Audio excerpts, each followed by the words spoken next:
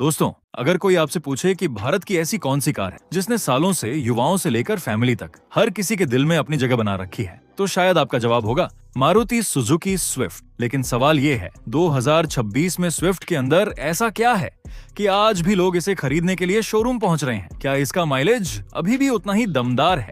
Engine में क्या बदलाव आया है? फीचर्स में क्या मिला? और सबसे जरूरी, क्या आज स्विफ्ट खरीदना सच में समझदारी है? आज की इस वीडियो में हम स्विफ्ट को ऊपर से नीचे तक खोल कर देखेंगे और अंत में बात करेंगे उन चीजों की जिनकी वजह से स्विफ्ट आज भी इतनी लोकप्रिय है। तो सीट बेल्ट बांध लीजिए, क्योंकि कहानी शुरू होती है एक ऐसी कार से जिसने भारत में छोटी कार बड़ा मजा वाला फॉर्मूला काफी मशहूर कर दिया। सबसे पहले बात करते हैं कीमत की। अगस्त 2026 में मारुति सुजुकी की आधिकारिक वेबसाइट के अनुसार स्विफ्ट की शुरुआती एक्स शोरूम कीमत करीब 5.79 लाख रुपए है लॉक्स। वहीं ऊपर के वेरिएंट की कीमत करीब 8.84 लाख रुपए तक जाती है। कीमत शहर, वेरिएंट और उस समय की स्कीम के हिसाब से बदल सकती है। यानी अगर आपका बजट करीब 6 से 9 लाख रुपए की कार का है तो स्विफ्ट सीधे आपकी शॉर्टलिस्ट में आ जाती है। अब आते हैं उस चीज पर जिसके लिए भारत स्विफ्ट को सबसे ज्यादा जानता है, माइलेज। नई स्विफ्ट में 1.2 लीटर 3 सिलेंडर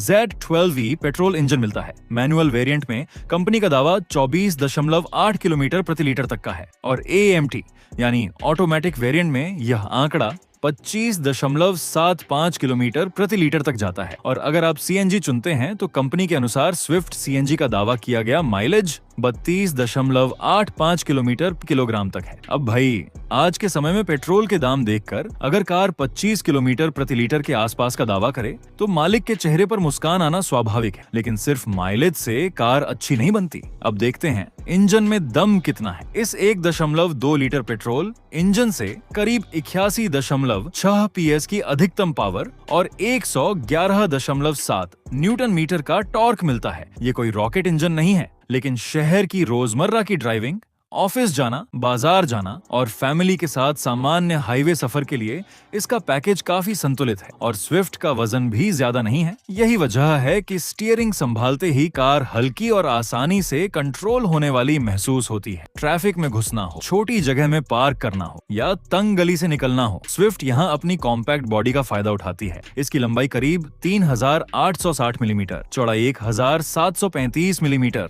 और व्हील बेस 2450 मिलीमीटर है। इसका टर्निंग रेडियस 4.8 मीटर है। मतलब शहर की पार्किंग में ऐसी जगह देखकर जहां बड़ी SUV वाला ड्राइवर बोले भाई यहाँ से नहीं निकलेगी, वहीं स्विफ्ट वाला आराम से निकल सकता है। अब बात करते हैं इंटीरियर की। नई स्विफ्ट के केबिन को ज्यादा मॉडर्न बनाया गया है। चुनिंदा वेरिएंट में 22.86 सेंटीमीटर यानी करीब 9 इंच का smart play pro plus touch screen मिलता है। वायरलेस एंड्रॉइड ऑटो और एप्पल कार प्ले भी उपलब्ध है। ऊपर के वेरिएंट में wireless charging, auto headlamp, push button start और सुजुकी कनेक्ट जैसी सुविधाएं भी मिलती हैं। और भाई, आजकल फोन की बैटरी 10% होते ही इंसान ऐसे परेशान होता है जैसे परीक्षा में सिर्फ 10 नंबर बचे हों। तो वायरलेस चार्जिंग वाला फीचर काफी काम का लग सकता है। अब आते हैं सेफ्टी पर। नई स्विफ्ट में ABS with EBD electronic stability programme, hill hold assist, isofix, child seat, anchor और साइड तथा कर्टेन एयरबैग्स जैसे फीचर्स दिए गए हैं। मारुति सुजुकी यानी कंपनी ने सुरक्षा के मामले में भी कई महत्वपूर्ण फीचर्स शामिल किए हैं। लेकिन यहाँ एक बात साफ समझनी जरूरी है, किसी भी कार की सुरक्षा सिर्फ फीचर्स की लिस्ट देखकर तय नहीं करनी चाहिए। अलग अलग वेरिएंट, टेस्ट और वास्तविक परिस्थितियों को भी ध्यान में रखना चाहिए। अब सवाल आता है, स्विफ्ट इतनी ज्यादा बिकती क्यों है? पहला कारण है मारुति का बड़ा सर्विस नेटवर्क। भारत के छोटे शहरों और कस्बों तक मारुति की पहुंच बहुत बड़ी है। अगर आपकी कार में कोई समस्या आती है तो कई जगहों पर सर्विस सेंटर तक पहुंचना दूसरी कंपनियों की तुलना में आसान हो सकता है। दूसरा कारण, कम चलाने का खर्च। पेट्रोल और CNG दोनों विकल्प होने से ग्राहक अपनी जरूरत के हिसाब से चुनाव कर सकता है। तीसरा कारण,